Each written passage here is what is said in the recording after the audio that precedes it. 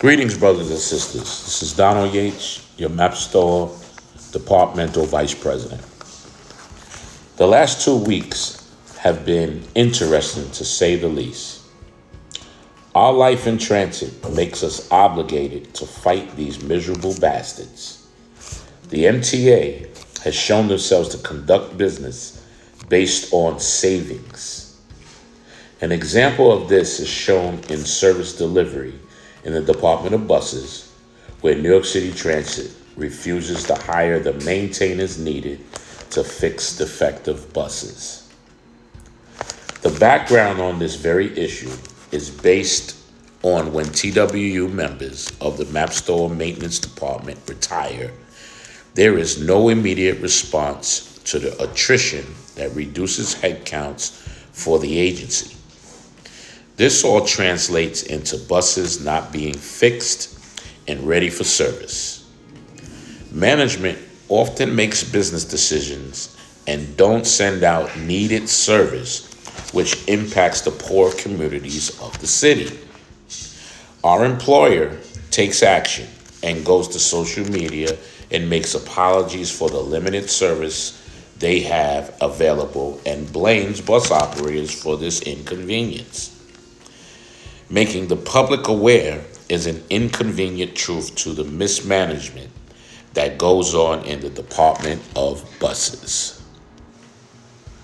While we engage in internal organizing of our members, we have been preparing for TW Local 100's mass membership meeting and delivering the pocket calendars our members have grown accustomed to.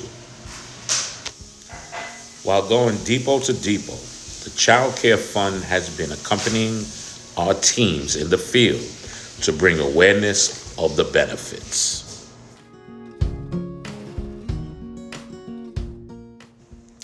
Shockingly, many of our members weren't aware of these benefits.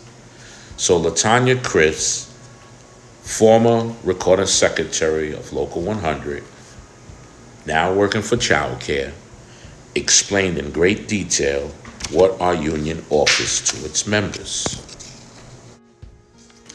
It was an absolute pleasure having LaTanya Chris come out with us in the field, re-engaging the members, showing the energy that was needed to help get our members signed up for the mass membership meeting.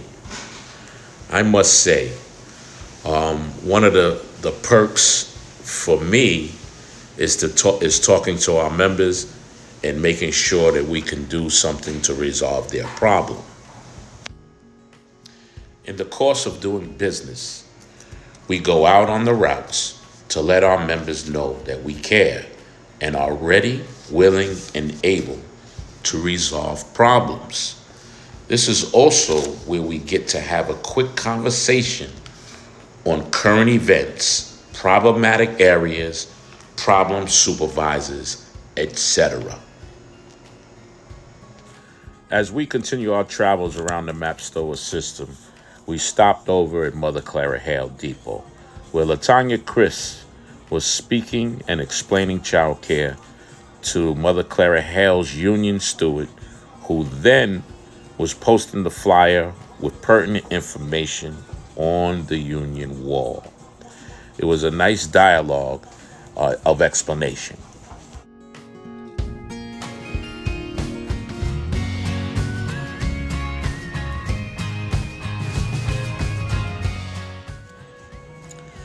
As soon as we finished, we took LaTanya Chris up to the Transportation Union office, where she was greeted by Harriet Goodrich Seymour, Jose Andrade, and the rest of the team. They took the flyers to give to the general membership of the depot. Mother Clara Hale, I must really say, is a real class act. Their union is a class act. And when it comes to organizing and servicing the members, they are definitely on top tier of this union. They're very well appreciated. Jose Rosario and Ray Rios on deck, Quincy Yates, Latanya helping our member here in Manhattanville. As a matter of fact, that was our next stop, Manhattanville Bus Depot. We went there to continue our organizing drive for mass membership and childcare. Manhattanville Depot is where I spent most of my driving career and where I first got involved with the union. I came up through the ranks of, I started off as a chief line steward in Manhattanville Depot, and then I got elected to the recording secretary position and then the vice chair position. And then from there, I went to division vice chair and ultimately division chair and my current position as the map store departmental vice president. It's been such a pleasure to serve the members and to keep fighting for the things that are right. Even with so many years of service, there is no laying down. We must continue fighting this corrupt MTA. And then when I look at the contract and when I look at the many things and the many issues that the MTA brings to us, it's often surrounded by disciplining our members and in many cases wrongfully so. So we continue to fight. We have our division chairs to conduct most of that fight. And yes, I'm still involved in many of those aspects of fighting for our members, of defending disciplinary actions and still filing grievances. President John Shirillo came to Michael J. Quill Depot because of a dispute with management over construction being performed in the depot near the ramp where the buses pull into the depot. For the last several weeks, TW Safety has asked management to show plans and scope of work, including any findings that threaten the safety of the employees working in that depot. Not only has management refused this request, they didn't even follow the farming out procedures that afford the TW the right to bid on that work. This is a blatant violation of the collective bargaining agreement. As a result of the unknown, the TW threatened to invoke Section 1.9 of the contract and to have the work stopped, which would have stopped a major artery of the depot operations. Because of management's refusal to show the union the report, we felt that possibly the depot isn't safe and they were hiding that fact. President John Shirillo, with a coalition from the ATU, SSSA, and TW Local 106 came together for the purpose of safety to enforce that safety under our CBA Section 1.9. John Shirillo angrily and with great passion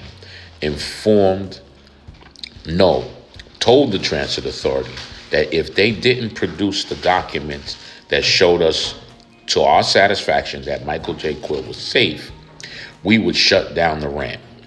Ultimately, the TA agreed, and that showed itself to be a very proud moment to show what a coalition of unions could do and would do to protect its members. Pictured here, we're in the AGM's office of Michael J. Quill Depot, where President John Shirillo was on a Teams call with President of New York City Transit, Demetrius Kritzlow, to resolve the issues and ultimately give us the documentation that our president was requesting. Once President Shirillo received the documents and it was reviewed by the safety team, it was found that we needed to shut down the ramp. And then once the ramp was shut down and emergency work was conducted, a flagger was provided to make sure only one bus at a time could go on that ramp during pull-ins.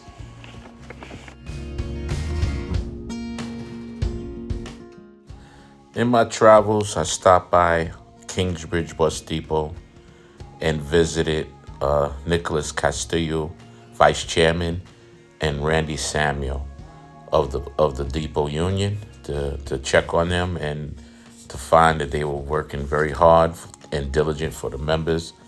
And I wanted to give them a shout out and congratulate them on that.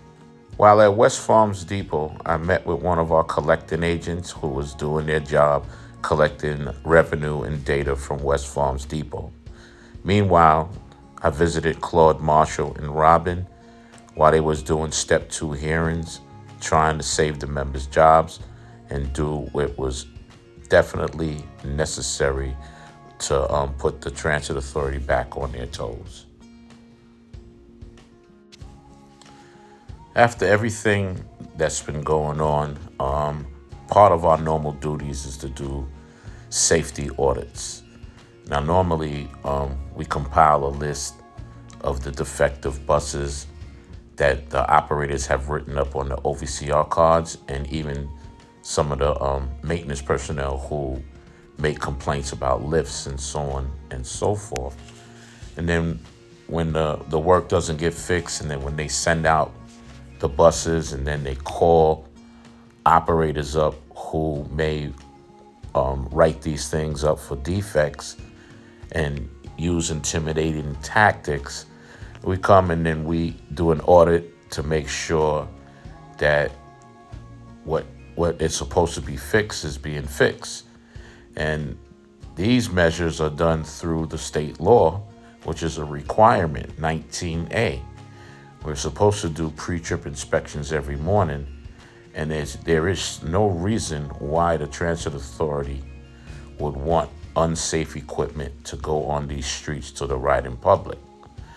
It's our job as a union to make sure that our members are feeling a sense of safety and a sense of not being intimidated when doing what's required under the law. And that's their job at the end of the day. Now, there's been a lot of critics to the fact that the union will come in, and then when we leave, management will do what they want to do. But in essence, it is the responsibility of our membership to write out any defects. That is the law. And if management wants to take you to task on it, you get your union rep inside of the depot and let them know what's going on. And do it all in a respectful manner. And we will see to it that the law is enforced to the fullest. Because let me tell you, and let me be the first to tell you, if you take out unsafe equipment and something happens, that bus catches fire or something to that nature, they're gonna blame you, the operator, for not pre-tripping the bus. And I also want to, at this time, I want to shout out Tommy Linane, and I want to shout out Mike Wren, Scott Steinberg, and all the maintainers that assisted in this 19A and other things that make this union as strong as it is. If it wasn't for the maintenance department, things, would go a lot more haywire. And we really appreciate our brothers and sisters down in the maintenance department, so we can, rely on them to fix buses. Now, as I said earlier, there's a thing about head counts and people retiring and management not filling the job. The job is really becoming more and more obsolete because of the reliance on artificial intelligence and automation. We have to really, really look hard at that, especially in this upcoming collective bargaining agreement. We believe that everybody deserves a raise, of course, but we also believe that we need to take initiative and make sure that we're protecting our headcounts and protecting our jobs and keeping this job protected for future generations to come. The outcome of our fight really is dependent upon the membership that ultimately has to get involved in this fight. We're nobody without our members. We have to have our members' feet on the ground, marching lockstep with its union officers so that we can achieve the best contract for our members. Our contract will be expiring on May 15th. We will be starting taking demands in February, and then throughout the union, every division will be conducting their demands meeting. Make sure you're there. Make sure you give quality demands. And how the process works, essentially, is that like demands are taken across the departments, and those are the demands that will definitely go forward. But as a union, we must stand strong and fight the power base that tries to knock us down at every step. There are a lot of critics out here that will say, oh, the union hasn't done this or the union hasn't done that. Try going into an industry where there is no union, and you will definitely see the difference. You will definitely see that this union fights, and this union believes in the motto, when we fight, we win.